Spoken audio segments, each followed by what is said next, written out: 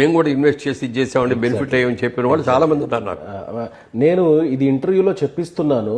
నాతో ఆల్రెడీ నా ఫ్రెండ్ ఒకళ్ళు అన్నారు, మురళీమోహన్ గారికి శోభన్ బాబు గారు ఇలాంటి సలహా ఇచ్చారట అని చెప్తే ఒరే అవునా అని అనుకున్నాను. అది చెప్పిన తర్వాత అందరూ కన్విన్స్ అవ్వ నిజమే కదా అనుకుంటారు.